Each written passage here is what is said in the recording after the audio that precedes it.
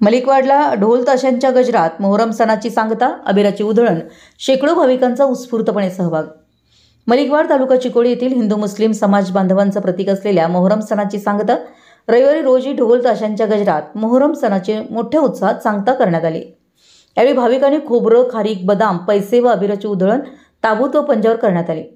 गावात गेले 6 दिवस झाले भक्तिमय वातावरण पसरलं होतं। शनिवारी मोहरम सणाचा मुख्य कत्तल रात्री दिवस असल्यामुळे भाविकांनी पटका, नारळ, हार, उदबत्ती, ऊद, मलिदा नैवेद्य अर्पण केला। तसेच मुस्लिम समाज बांधवांकडून पीरपंजांना मानाचा गंध चढवला।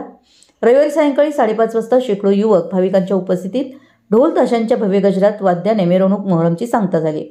यावेळी गावात मानकरी असलेले गाव कामगार पाटील, देशपांडे सरकार, नाईक, थरकर, गजबर, दिवटीधारक, वंजिरे, वाजंत्री, घाटे, बांधव यांच्यासह हिंदू मुस्लिम समाज बांधवांच्या उपस्थितीत 4 ठिकाणी खाईत कुदळ मारली।